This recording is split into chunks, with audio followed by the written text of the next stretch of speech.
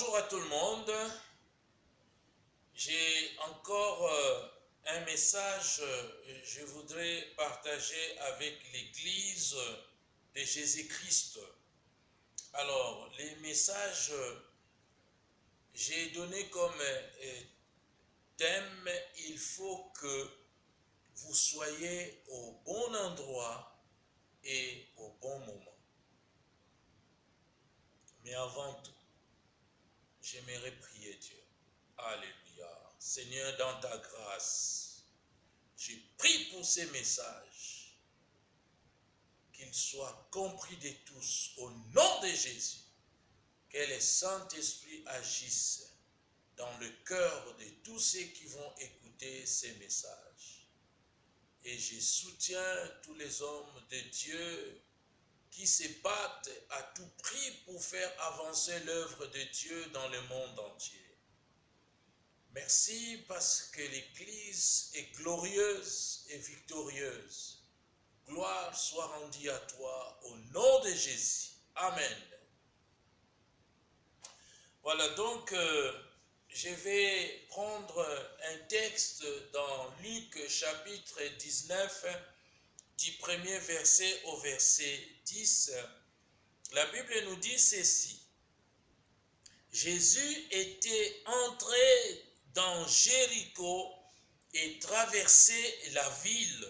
Oh, un homme riche appelé Zachée et chef des collecteurs d'impôts cherchait à voir qui était Jésus, mais il n'y parvenait pas à cause de la foule.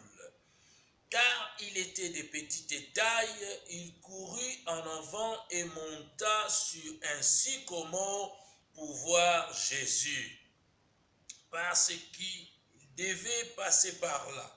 Lorsque Jésus fut arrivé à cet endroit, il leva les yeux, le vit et lui dit, « Zachée, dépêche-toi de descendre, car il faut que je m'arrête aujourd'hui chez toi. » Zachée s'empressa de descendre et l'accueillit avec joie. En voyant cela, tous murmuraient en disant, « Il est allé loger chez un homme pécheur. » Mais Zachée, se tenant devant le Seigneur, lui dit, « Seigneur, je donne aux pauvres la moitié de mes biens, et si j'ai causé du tort à quelqu'un, je lui rends les quadruples. » Alors Jésus dit à son propos, « Le salut est entré aujourd'hui dans cette maison, parce que lui aussi est un fils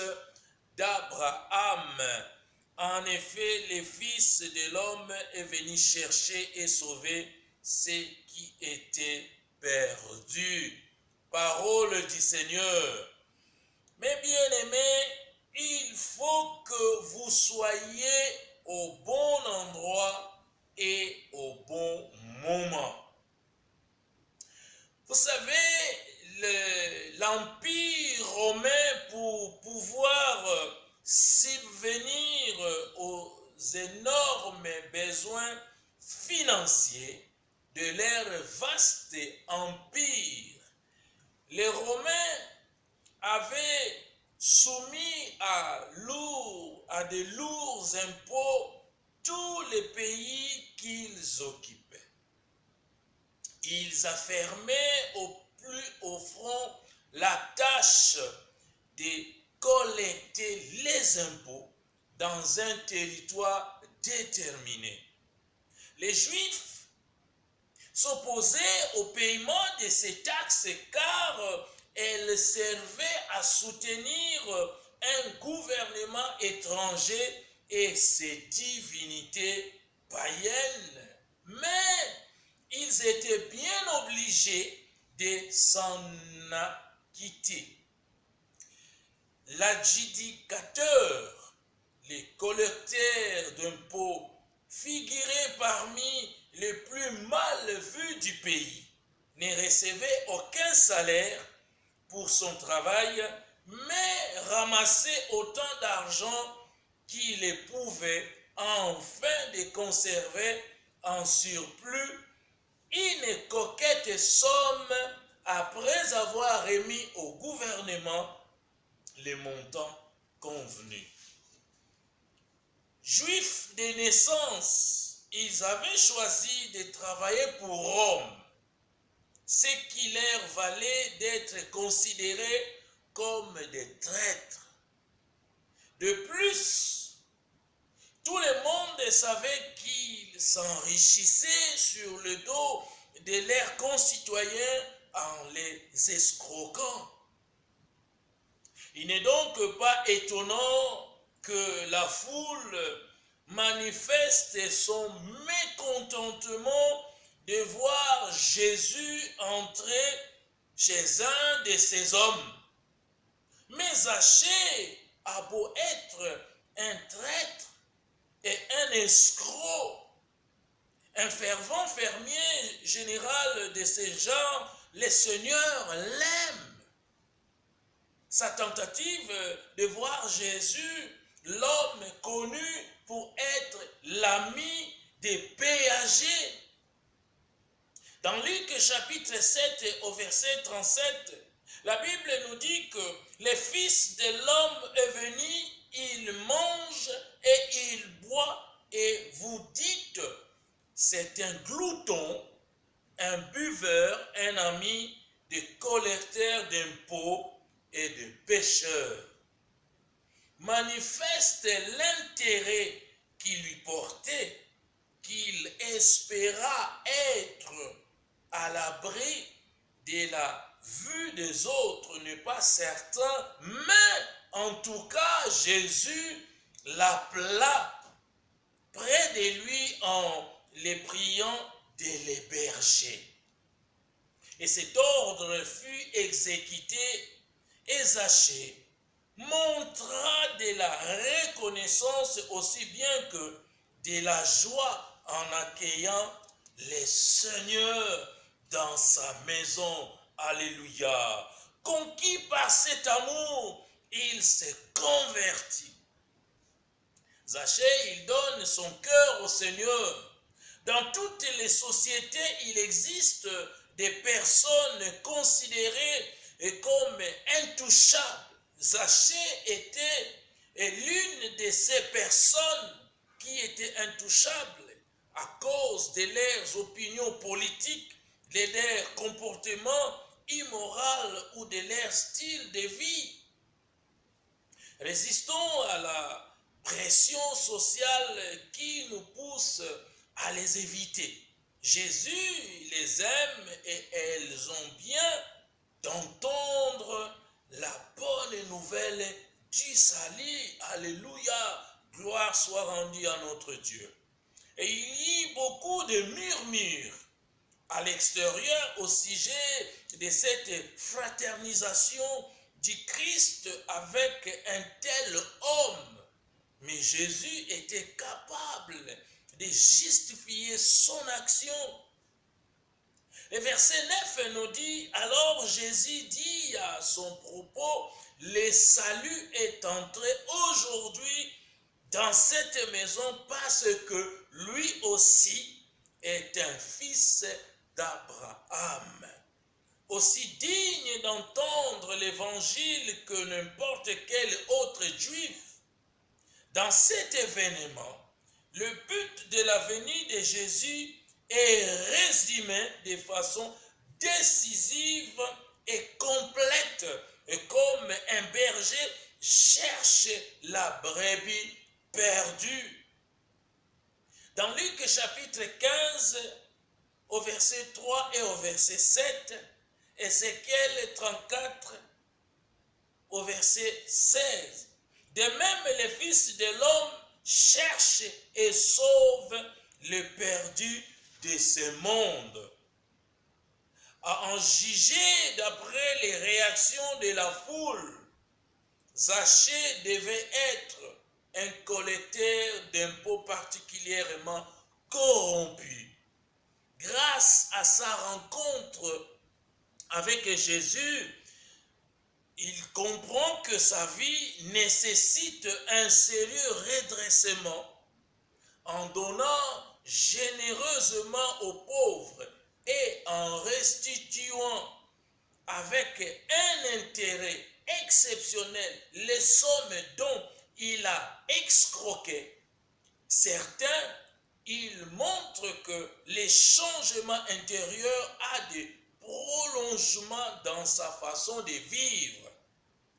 Il ne suffit pas de suivre Jésus en pensée, il faut que notre foi se traduise dans notre comportement. Ma foi débouche-t-elle sur des actes? Quel changement devrais-je encore opérer dans ma façon de vivre?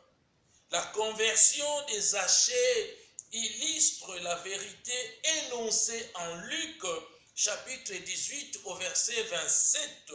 Ce qui est impossible aux hommes est possible à Dieu. Zachée était un homme riche.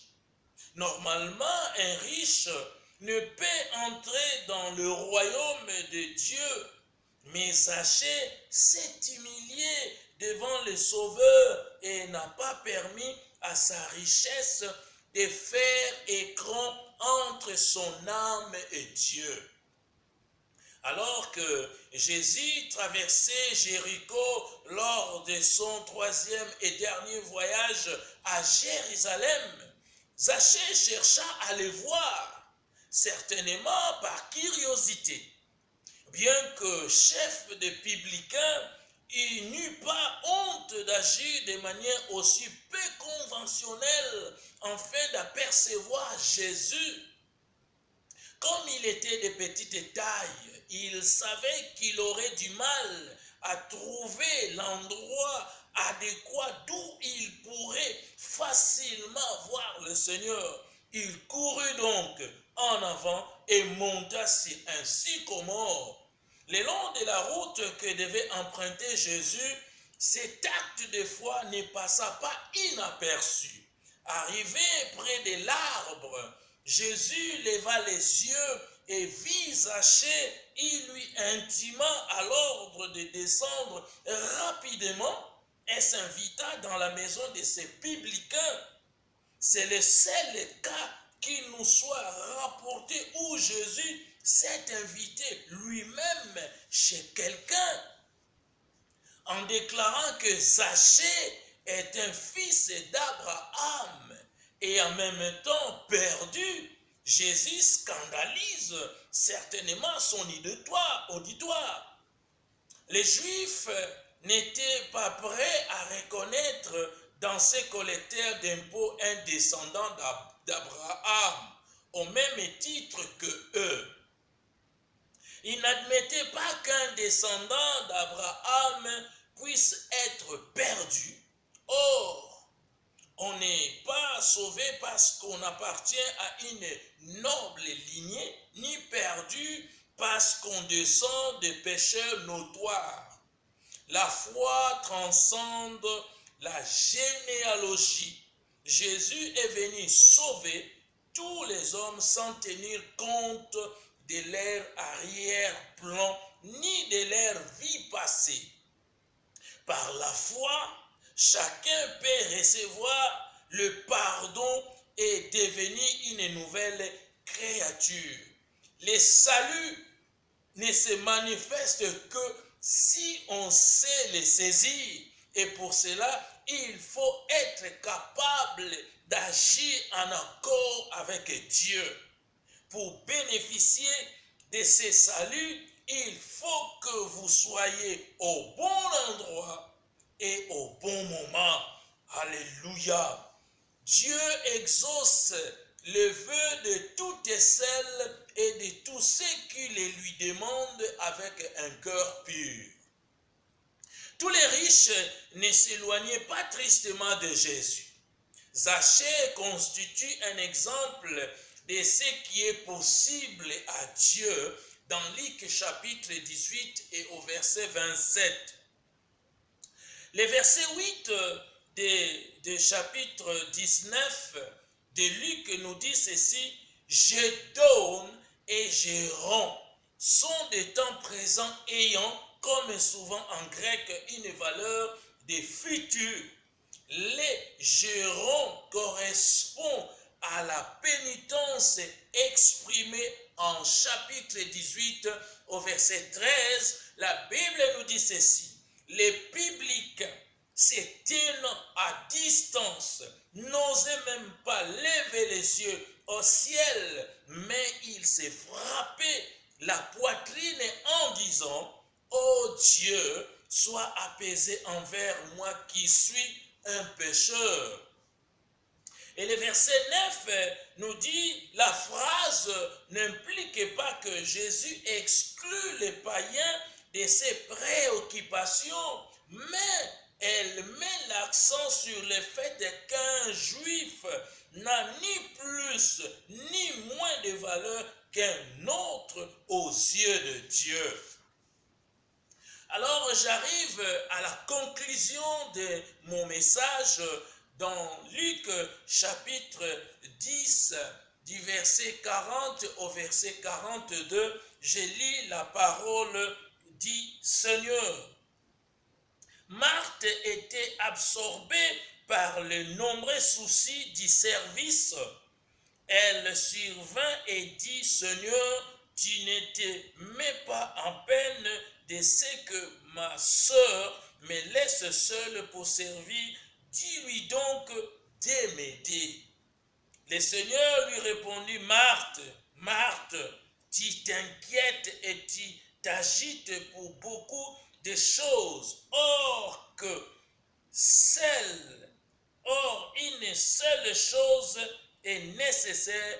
Marie a choisi la bonne part qui ne lui sera pas ôtée. Alléluia.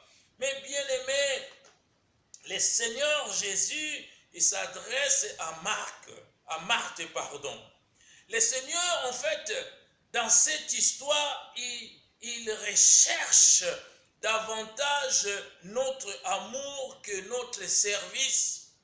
Pourquoi? Parce que d'autres, ils vont se préoccuper au service, mais il y en a d'autres qui vont se mettre aux pieds de Jésus comme Marie avait choisi la bonne part. Celui-ci peut en effet être teinté d'orgueil et d'autosatisfaction. La seule chose vraiment nécessaire, c'est de mettre la personne de Jésus au centre de nos préoccupations. Telle est la bonne part qui ne sera jamais ôtée. Le Seigneur veut nous convertir de Marthe en Marie, au même titre qu'il veut nous transformer de docteurs de la loi en prochain. Même si le maître apprécie tout ce que nous faisons pour lui, il sait que notre besoin prioritaire est de nous asseoir à ses pieds et d'apprendre sa volonté. Alors nous serons en mesure d'accomplir nos tâches calmement, paisiblement et aimablement. Et finalement, notre service atteindra le même degré de perfection que celui de Marie, qui plus tard versa sur le pied de Jésus un parfum qui continue d'embaumer le monde entier. Alléluia. Mais bien aimé, je vais dire à quelqu'un qui vient de me suivre par ces messages de pouvoir être là au bon endroit et au bon moment. Et de la même façon que nous avons vu Zachée qui est monté dans cet arbre qui s'appelle le sycomore pour voir la personne de Jésus. Et Marie qui était assise à ses pieds pour écouter les paroles, l'enseignement du Seigneur. Voilà, je voudrais vous dire que la part qu'avait choisie Marie ne lui sera jamais ôtée. Et fait de la même façon que Zachée a fait, et fait aussi de la même façon que Marie a fait. Voilà le message que j'avais à vous transmettre à travers le Saint-Esprit qui m'avait inspiré. Il faut que vous soyez au bon endroit et au bon moment. Parole du Seigneur, alléluia. Seigneur notre Dieu, merci pour ces messages qui touchent encore des vies, Seigneur. Enseigne ton peuple à être là où tu veux qu'il soit, alléluia, pour recevoir la bénédiction que tu accordes à l'Église. Gloire soit rendue à toi, Saint-Esprit de Dieu, toi qui convainc le monde, alléluia, à travers ces messages. Béni soit ton nom, au nom de Jésus. Merci Père, Amen. Voilà, que Dieu vous bénisse. Et on se verra dans la prochaine fois que l'Éternel me donnera encore la force. Eh bien, je ne manquerai pas de vous apporter les messages du Seigneur. Alléluia. Restez bénis. Amen. Ciao.